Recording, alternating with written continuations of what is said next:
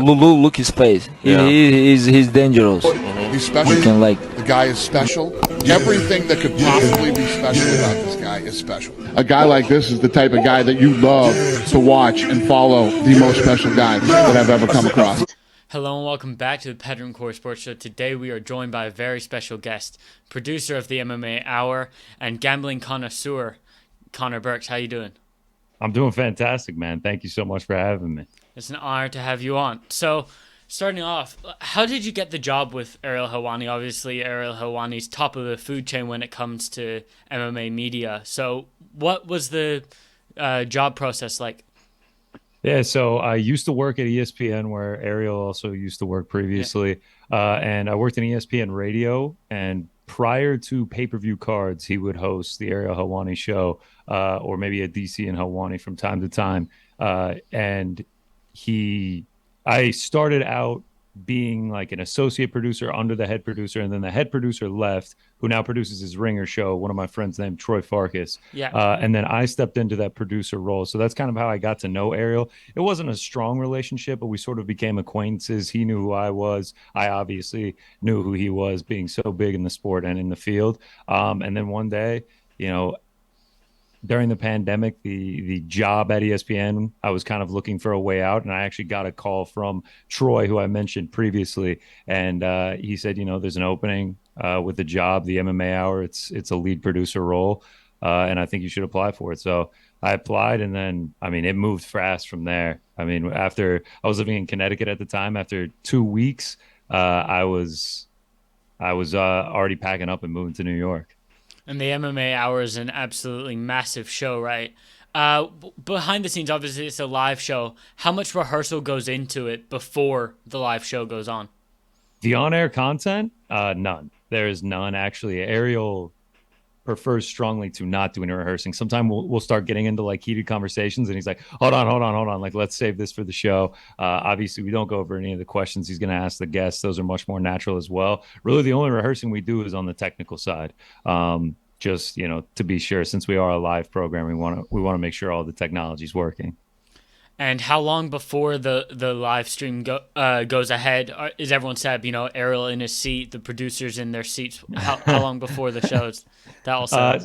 Yeah, so I'll arrive probably 3 to 4 hours before the show kicks off. I'm usually arriving in that 9 o'clock window.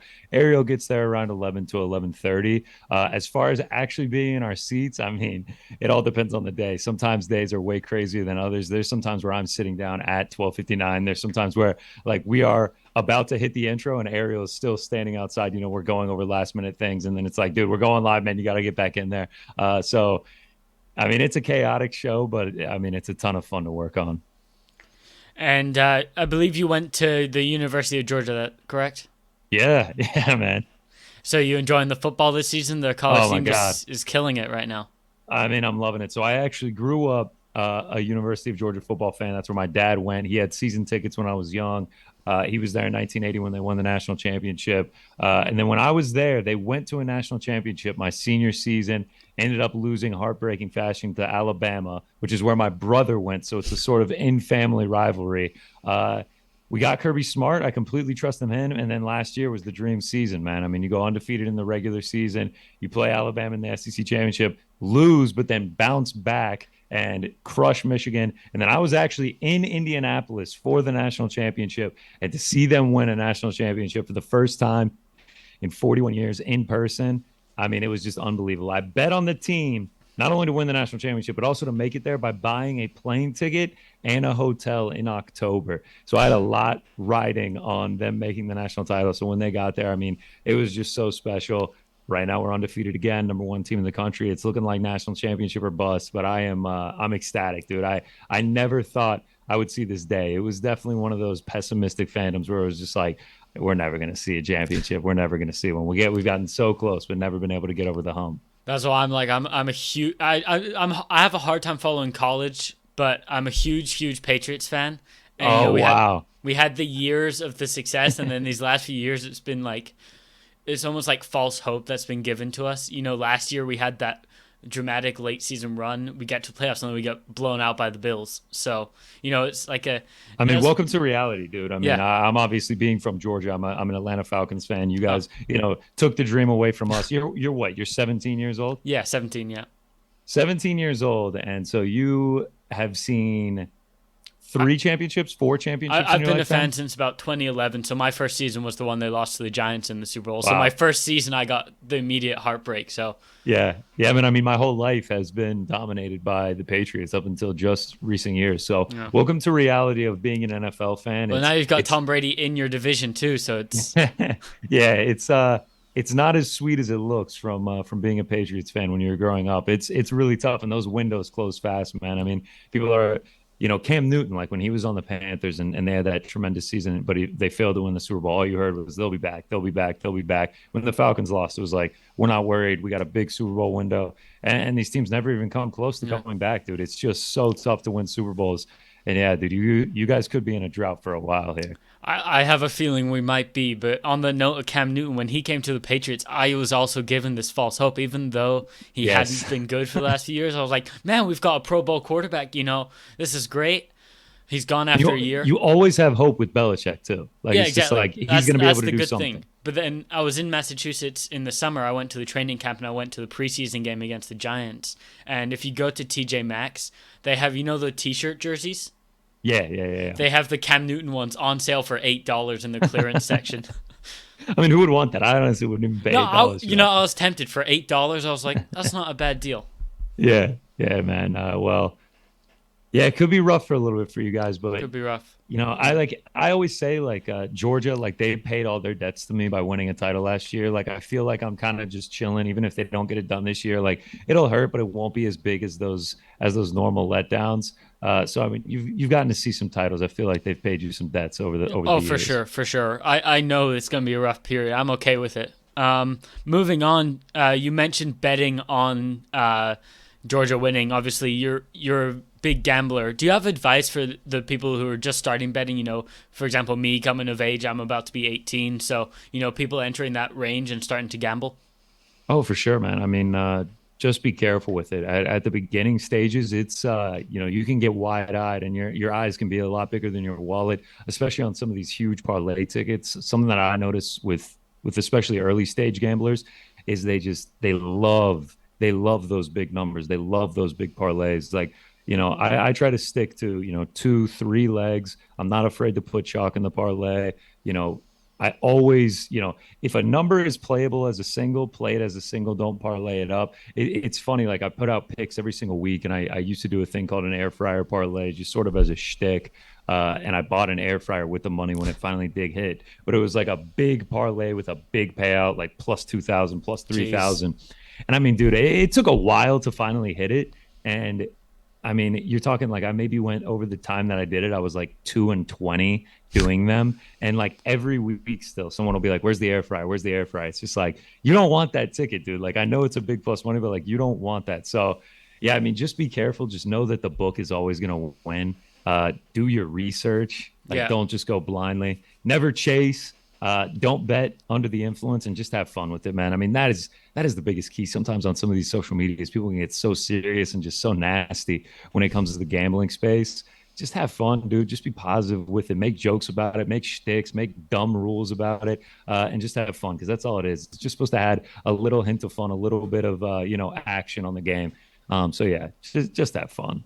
And how many hours of research goes into your parlay? Cool. Yeah, I mean, on a weekly basis for this UFC card, I'll sit and watch tape for hours on end. Pour over stats. I mean, there's definitely a lot of work behind it. I am proud of it. I mean, I am showing to be a profitable long-term bettor at this point. I'm up over 60 units over the last 14 months. So yeah, it's about 10 to 15 hours a week of heavy research. So the work does come, and if you don't want to put in the work, find a podcast that you trust, that has like really smart guys that guide you. There are a lot in each space, in each sport. There are guys that really put in the work and are, honorable guys when it comes to this, put out their product for free. I usually would shy away from paying for picks unless you really, really trust the guy, because at the end of the day, if you're paying for picks, that almost feels like the person owes you something. It feels like you owe them winners, and if they're not giving you winners, it can really turn into a negative thing. And obviously, this weekend for the UFC, it's not the biggest card name value wise, but there's a few fun fights on it. Obviously, the main event being a I want to say interesting one at heavyweight, but I think it's going to be done in one. Right, both guys talented in their own rights. Kind of feels like a gatekeeper matchup, which hurts to see with Derek Lewis. We've had it with Pavlovich just recently. Where's your money line on that one? Is Derek Lewis or Sergey Spivak going to be in the parlays? Yeah, so I did take a single on Derek Lewis by KO simply just because of the number. I think he's around a plus 160, plus Really? 165 dog straight up by KO. I got him at plus 230. I feel like that's, essentially his only path to victory. And he has looked, rattled in his last two fights. Obviously, last time out against Pavlovich, it was over fast. Tai Tuivasa, it felt like he gave Tai everything he could take, and it wasn't enough to get him out of there. Tai's a dog, you can't count him dog, out. dude. I mean, it's shocking to see though, like Black Beast putting all of his power onto someone and it not putting them out. Oh, dude, I thought Tai Tuivasa would be out so many times when he got It's crazy.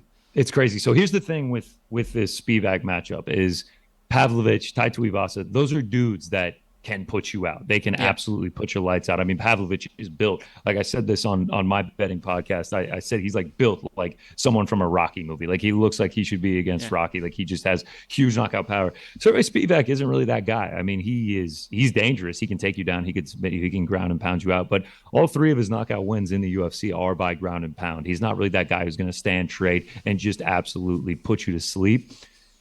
I'm hoping Derek Lewis just throws caution to the wind and just goes swings and bangs like he says, and he finds that money shot. If he loses, I'm not going to be surprised. I only got a half unit of action on it. Plus, who doesn't want to cheer for Derek Lewis, man? Exactly. Who doesn't want to see him get that KO shot? Who doesn't want to see him do the Black Beast celebration? He's such a beast, but if he can't find it here, if he does end up, getting taken down, getting grounded, pounded out, it's going to be tough to watch, and it's going to be tough to see where he goes from here because his career is already on skates. He's aging heavyweight as well, where really his only effective form of attack is this knockout power and this evolution of the heavyweights. It's going to be tough to see where he goes from here if he can't find that shot. If he does lose, right, to Sergey Spivak, obviously Spivak's the rightful favorite, right? He's coming in with a lot of momentum. Since he lost to Aspinall, he's just been throwing people around. I mean, what he did to Greg Hardy. Yeah, Greg Hardy may not be the best fighter, but that was impressive. Still a huge dude. Yeah, still a huge dude. I mean, he was ragdolling him. Yeah. The win he had in August, what was his name again? Who was it? Augusto Sakai or something? Yeah, Sakai. That was a great performance as well. So, what does Derek Lewis do from here? Maybe Sakai is one that you look at. Sakai just seems to be the heavyweight punching bag at this point, though. Yeah, I mean, I guess it all depends. Derek Lewis doesn't really feel like the kind of guy that's just like, yeah, give me someone just so I can bounce back. It feels like he's the kind of guy to get as many names as possible on the record. I really don't know, man. I'd be fascinated, honestly. Say it's a competitive first round. He gets taken down in the second, and he kind of just gives in, and Spivak wins inside the distance. I would be really interested to see if they do a post-fight interview with him and see what he has to say afterwards. I could definitely see him retiring. His mind doesn't seem as into it as he was when he started, I mean, you can't imagine that it is. I mean, he's had a couple shots at getting a title. He's obviously not found success with either of those. I don't know if he'll retire, but a loss on Saturday will definitely put some questions on where he goes from here. And you're known for liking a little bit of merchandise. I know that on the fighter front. You had a little bit of a curse for a while. I feel like that's turned around a little bit, though, right? Yeah, it has turned around. It felt like every single time I wore a shirt, the fighter that I was wearing it for was catching an L. It has turned around a little bit. I wore a Manon Fiorot shirt the other week. She obviously caught the dub at 280 against Caitlin Chukagian. But I was wearing an Adesanya shirt on Saturday. When and he it felt lost like Pereira, yeah. Yeah, I mean, it's just like a heartbreaking loss, too. I was also wearing an Usman shirt in that fifth-round heartbreaker as well. Man. So, do you have the video of you reacting to the Usman one? I think that's one that would go crazy viral on Twitter. I wish I did, but no, I was actually sitting in my living room. Not as loud, not as vibrant. It was more of like literal speechless. Like I was just speechless. With the Pereira one, it felt like the knockout was alive at any moment, and that was more of like a standing TKO type thing. He didn't just flat out put him out. Leon Edwards one came out of nowhere, dude. I mean, that was Yeah. just like, No, dude, I when I was there, I was staying in my grandma's house, and obviously when I'm in Germany, that those kind of fights like the Pereira fight was happening at 7 a.m. Like oh my gosh, you're a trooper, brother. I stay You up are all a night trooper. for every single fight, every single fight night, every single pay-per-view. So when I was in America, it felt weird. It was like 1 a.m., but I was so terrified of waking up everyone. So when Leon kicked Usman, I wanted to scream, but me having that feeling from like when I normally watch the UFC in my room at 7 a.m., I just stayed silent. My jaw dropped, but I didn't, nothing came out of my mouth.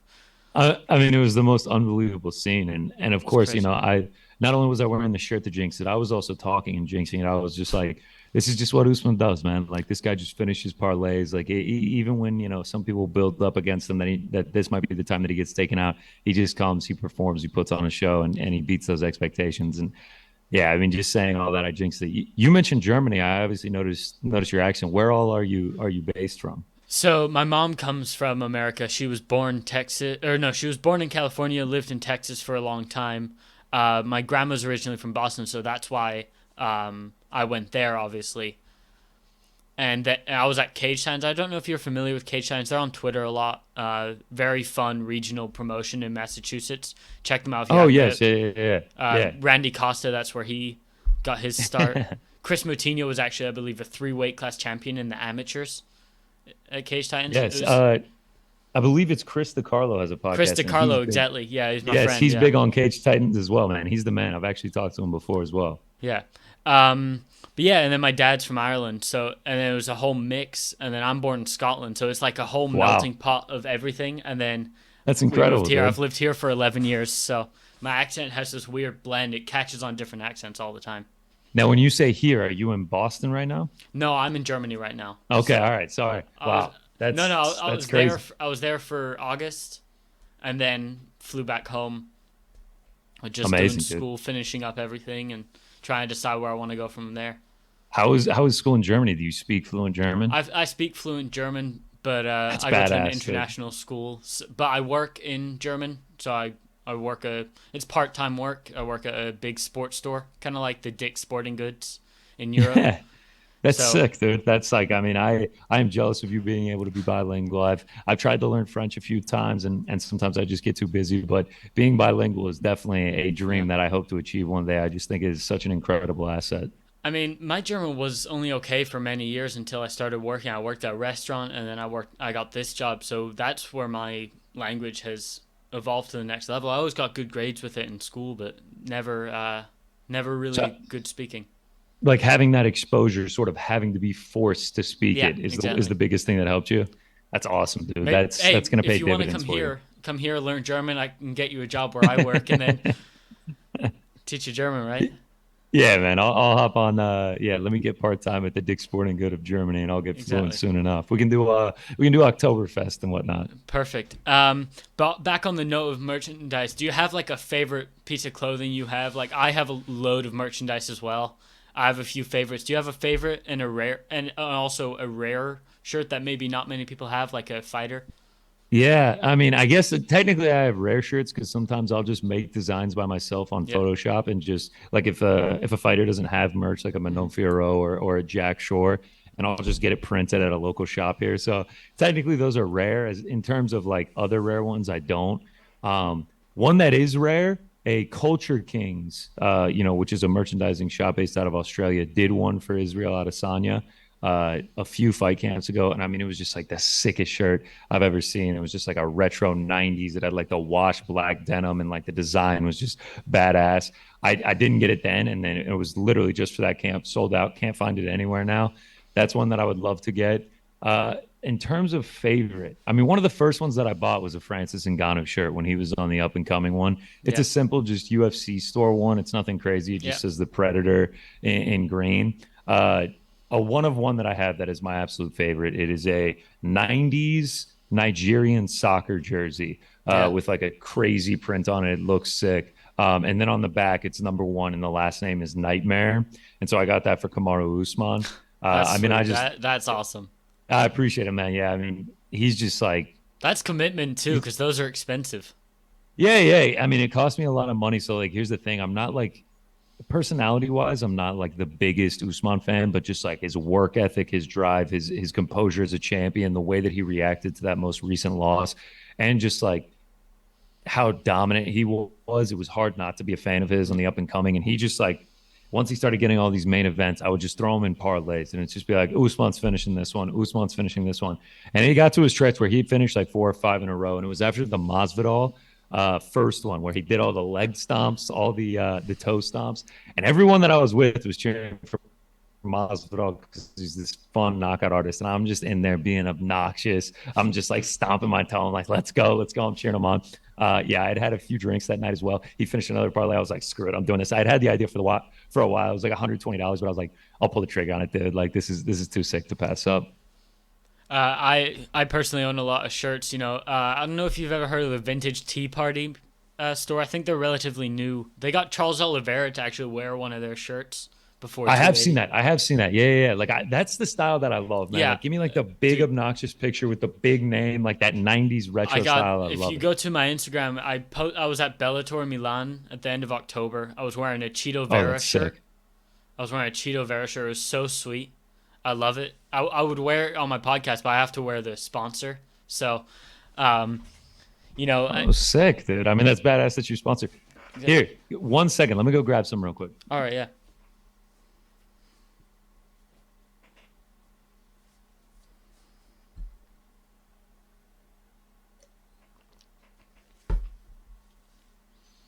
So there's this company, Engage ID, down in Australia that's like run by this guy Ash Belcastro. He's like one of the managers for a lot of those guys, and he runs Engage. And like yesterday, he came into the MMA Hour studio and he brought this one. Oh, It's man. a Volk shirt. I mean, it's like sweet. a pretty badass one. It says like world champ at the bottom. Yeah. But yeah, I've bought like some of their Kai Kara France stuff before, and yeah, Yeah. when he pulled this out, I was like, wow, this is sick. That's And like sweet. it's like that heavyweight tee too, like it fits Yeah. proper. I love when people are psyched about merch, man. I mean, there's nothing better than like cheering your guy on. Dude, You got the I love shirt it. to My rep 'em. parents are always like, Patrick, come on, you can't order another one. It's like, why not? And like, dude, not only when you're a fan, if you do ever get into betting, but like when you're guys like when you're a fan of them and they start cashing tickets for you, it's almost like you feel like you owe them something. It's like, I'll get something. Like, let me show some support. One of the biggest things, I started following Sean O'Malley early in his career. Obviously, now he's about to Dude. fight for the title. Before the Cheeto Vera matchup, I ordered, that green hoodie he wore on that build up? It's like millions of designs. It has like million things on the back that says like "Welcome to the Sugar Show," and it's absolutely massive. Yeah. Such a sweet hoodie, and I ordered it. Then he gets knocked out by Cheeto Vera. Obviously I wear the hoodie, and then when he knocked out Paiva, I ordered the KO edition shirt with a big design on the back, and like it's like plain on the here, Yeah. but then massive design on the back. Ordered that for my birthday, but it comes from the US, so it's like super expensive for shipping. So it's like that's the only one I've ever ordered from the States because it costs so much money.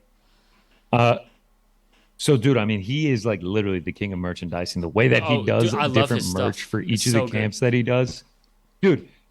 That's what I always say to people. Like, I love Sean O'Malley. Like, I've always enjoyed his fighting style, the way that Exactly. he brings the action, how he builds up fights. I mean, he's a showman. Yeah. Whatever you want to say about him, he is a showman, man. He makes the sport more exciting. He has a fantastic personality. But the way that like he'll get a customized card to match his merchandise for Oh, a dude, specific it's fight camp, incredible. to me, it's so sick. It's so amazing. I actually have a hoodie on the way from the Sugar store. Yeah. It's like this light purple one, and it's like a mushroom in the corner, and it says Sugar on it. I mean, I was like, purple is my favorite color, and I was Yeah. just like, damn, this is like too sick to pass up. I mean, he got me like I wore it on one of the shows. He did like a custom Halloween costume, and it was like the big pink hair, and like you had a Sugar chain. Yeah, I mean, he is out of any of the fighters, dude. He's got to be the king of the Oh, merchandise. 100%. I mean, another guy who's really good with merchandise is Matt Frivola.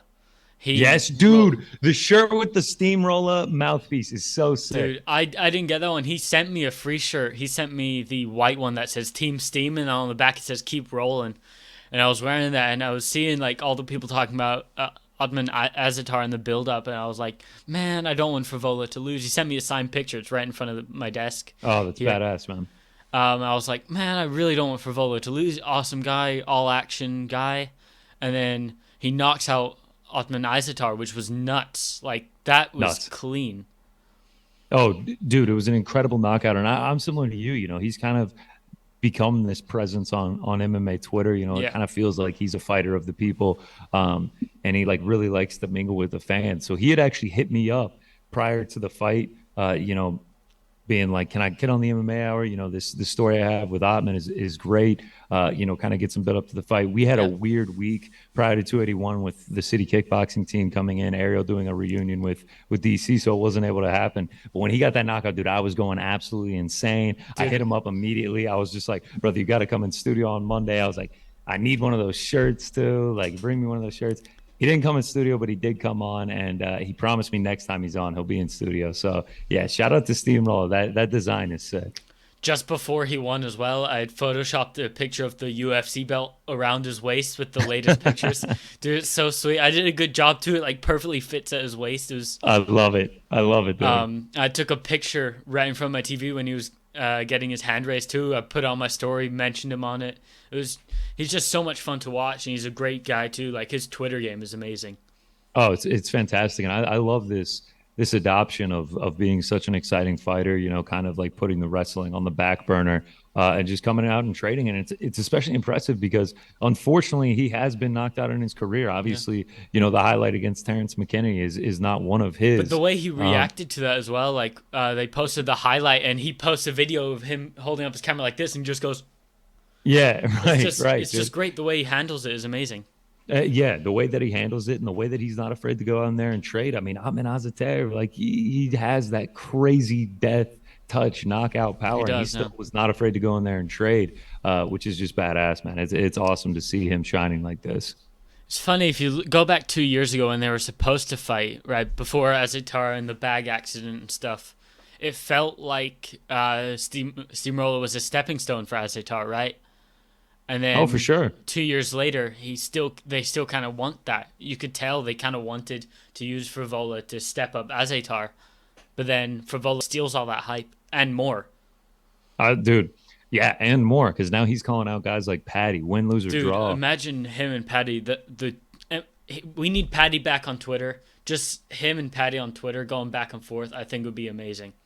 Oh man, and especially if Patty does secure a win against Jared Gordon next week or next month, and then they announce Frivola versus Pemblet in the London crowd, dude. Oh my God, dude! On that Leon Usman 3, I mean, the build up to it would be fantastic. And they wouldn't put it in the O2 either. They're looking at Cardiff. They're looking at Wembley. I think Wembley's out because it's not a closed roof, but Cardiff is the one they're looking at, and it's like 80,000 people. My dad was like, "Dude, they're not going to sell that out." I said, "Dude, watch. They're going to sell it out quick." I don't think that not only would they sell out, I think they would sell out in like record time. Like I think it would take no time at all to sell out. Especially with the hype going into this knockout. I mean, that knockout, it's one of the best ever, right? That head kick, that's one of the best ever knockouts in MMA history.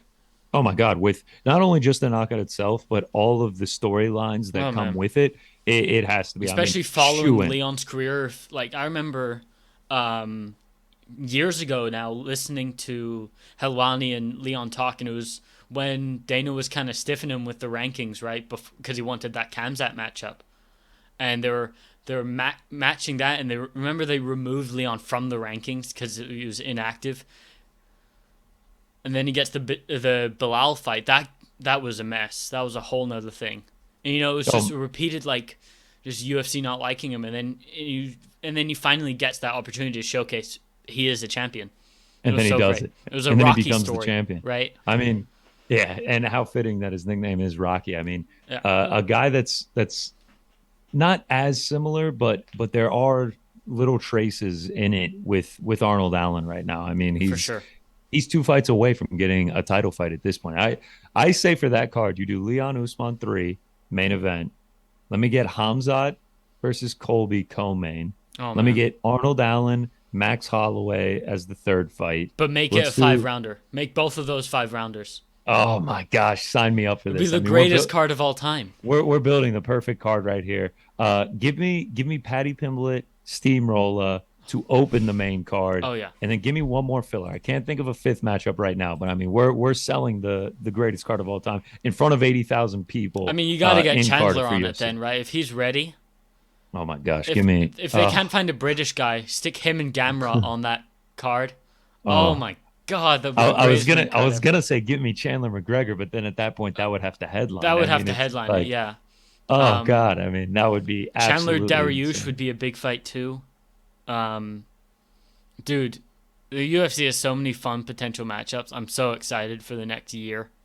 Oh my gosh! I mean, if you're not on the UFC bandwagon at this point, I mean, it's time to hop on. I'm Like, it's trying just, to tell people, and like I sometimes I put clips on like a Snapchat story and stuff, and like old classmates will message me and they'll be like, "How is this sport even legal?" Because I posted the it was Demetrius Johnson Benavidez knockout, and he knocks him out cold, and it's shocking. But there's so many more highlights that are worse, and so many more highlights that are better, and we're so desensitized to this. It's actually incredible.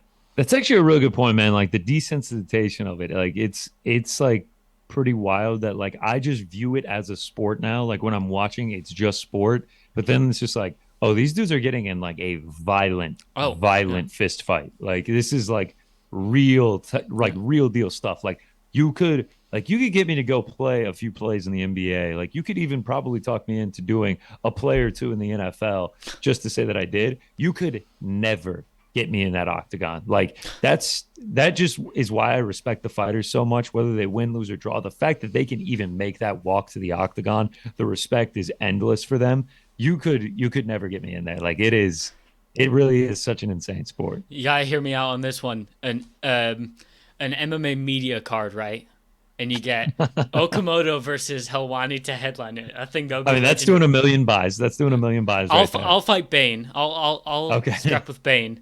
Who do you want in the MMA media Oh world? God, you'd have to give me a minute. I really don't have any You beef versus with anyone. Schmo. Connor Burks Yeah, versus Schmo. That'll be huge. give me Schmo. Give me Schmo. I guess just for the sales. I'm not expecting much. Schmo's in good shape, dude. He's a little crazy too. I'd feel a little nervous. He's wild. Yeah. I'd need to turn up the training. I'd have to definitely get into the Helwani Boxing Developmental School before that. But yeah, no beef at all towards anyone. So I don't really. No beef at all. Bane, I wish there was Bane like and a I just have trigger, a though. funny back and forth, so that's why I said Bane. I know he'll see this clip. I think this is the clip I'll use for Twitter. Yeah, I kind of do wish there was like a trigger, like someone that I could just immediately point to and be like, yeah, give me them. I mean, we have a guy on our MMA fighting team that Casey Layden that actually got into the ring and he had an amateur MMA fight and he won and it was incredible. And now it seems like he's hooked on it. So I think the first step for me, I'll start BJJ. Let me start in jiu-jitsu. Start getting a little bit more comfortable there, and then we can start talking about a media card. Moving on, I have this little segment that I like to do on my show. It's like a little quick fire segment, so little short questions. Some have to do with fighting, some don't. So what's your favorite movie? Favorite movie of all time, Interstellar. You can see it in the Oh, yeah. background. It's an absolute masterpiece. Matthew McConaughey kills it. The music, Hans Zimmer, absolute GOAT when it comes to movie soundtracks. No brainer. Favorite TV show? Favorite TV show, Breaking Bad. It's Breaking going to be a Bad. popular pick, but I mean, just I caught It's up a great to it in show. real It's a great time. show. So It's the cinematography, also the soundtrack in it. The acting is unbelievable. I need to watch Better Call Saul. I've heard some people say it might be better. Yeah, I need to get on that as well. Game of Thrones was competing, blew it in the last couple seasons. Favorite music artist? Oh man, this is tough. Like if I'm going back through like full discography, I love Drake, dude. I mean, when you're talking about like 2012 to 2016 Drake, I mean, when you're talking about What a Time to Be Alive, Nothing Was the Same. If you're reading this, it's too late. Those were like that was like the soundtrack to my college years. Yeah. I'll go with Drake. Though Travis Scott, watching him live is absolutely bananas. Tame Impala, watching them live like borderline changed my life. It was unbelievable. So yeah, if I went top three, I'd go Drake, Tame Impala, Travis Scott. Favorite guest ever to appear on Helwani? Woo! There's been so many good ones, man. I mean, Paulo Costa shaving New York Rick's head was an Paulo all-time Costa, moment. he's amazing. He's up there with one of my favorite fighters just because of his Twitter. You see what he did recently? He tweeted out the N-word just randomly on one of Oh his God, tweets. that was uncomfortable stuff right It there. was like, do you find this funny or do you not? Like it's like a trap, you know? Yeah, it's a trap. I stay away from stuff like that. He was fantastic shaving New York Rick's head, doing the cooking with Volk segment after he came off that performance against Korean Zombie was Yeah. like an out of body experience. It was just absolutely insane getting to do that and like being behind the scenes, like running to the fridge like with Volk and like finding ingredients was just insane. Like you're talking about the pound for pound #1 guy. Tyson Fury, his interview from his bed where he was just laid up was just like what is going on right now? Like, and then he gave like one of the most incredible interviews of all time. Izzy, anytime he comes in studio, it just feels like there's an aura around the Yeah. dude, even after this loss. It was pretty incredible. Let's see, man. Those are some like right off rip. Cheeto Vera is always great, dude. I mean, the guy is just so positive. It's hard to discredit anything he says. There's been a million, man. Like I mean, the dude just gets monster guests and he brings out the best in the people, and Yeah. I'm sure there's going to be a lot more to come after this. Does Helwani have someone that books his guests for him, or does he reach out to them personally? That's my It's all always him, question. dude. It's all him. all him. I mean, Man, he I makes need to my step on my life game. that I much try so easier. hard to get fighters on. I email managers. I message the fighters. One guy that I might have soon is Michael Chandler. We've had a little back and forth talking, and he said down the line is what he keeps saying. So hopefully that comes to fruition. That'll be huge. Yeah, yeah, man. I pray that it does for you. I mean, that would be insane. But yeah, I mean, it even happens to Alwani, dude. Like, I mean, people bail, people say no. He always says it's the most stressful part of his job Yeah. is the booking the guest. Exactly. Oh, what's your favorite fight of all time? Man, favorite fight of all time. So I will openly admit this. I'm newer to the sport. You know, my fandom kind of started in like the 2017, 2018 time when I got to ESPN and they had the ESPN deal come into place. That's what really opened my eyes to it. Uh, Yuri Glover was absolutely That's an insane. incredible fight. Volkanovski Ortega last year was like I was running around my house, Yeah, like just that like was how nuts. how crazy it was. Yeah, man. I mean, I'm so new to the sport. I sound like such a casual with favorite Dude, fight of all I'm time. a 28. I got into the sport at the Khabib Conor era. Everyone got into the sport at that time, but I mean, I'm young as well. So I started this channel when I was 15. So Yeah, see, you're better than me. You're starting as like a normal fan. I'm kind of late to the party here. I grew up, with much of the more mainstream sports, but yeah, I'm gonna go Volk Ortega just because Volk Volk's Ortega. one of my favorite fighters, and just like when he had that triangle in, I Oh was my god. Oh, like dude, running around my apartment. I wanted to scream so loud. I don't know if you're a big video game guy, but what's your favorite video game of all time? Oh man, this is tough. I mean, I love Grand Theft Auto, love FIFA, play a ton of COD. Let's go throwback. Super Mario Sunshine, I have beat like 6 times, and Legend of Zelda Ocarina of Time on N64, all-time game. And finally, just to close out the show, dream vacation spot. Dream vacation, send me down under. I'm trying to go to Australia, dude. I would love to go there, man. It just seems like an entirely different world. Well, thank you so much for being on the show. It really means a lot, man. I watch MMA Hour every week, every single time I can. So thank you so much for joining me. Dude, of course, man. I'm happy to do it. I'm honored that you even asked me to come on. And this was a fantastic conversation, dude. I wish you the best of luck in the future and in all your endeavors, man. You're starting early. You're doing things right, man. So you're way ahead of the game than I was. So congrats on all your success, and Thank I you wish so you much, nothing but man. the best in the future, man. Great having you.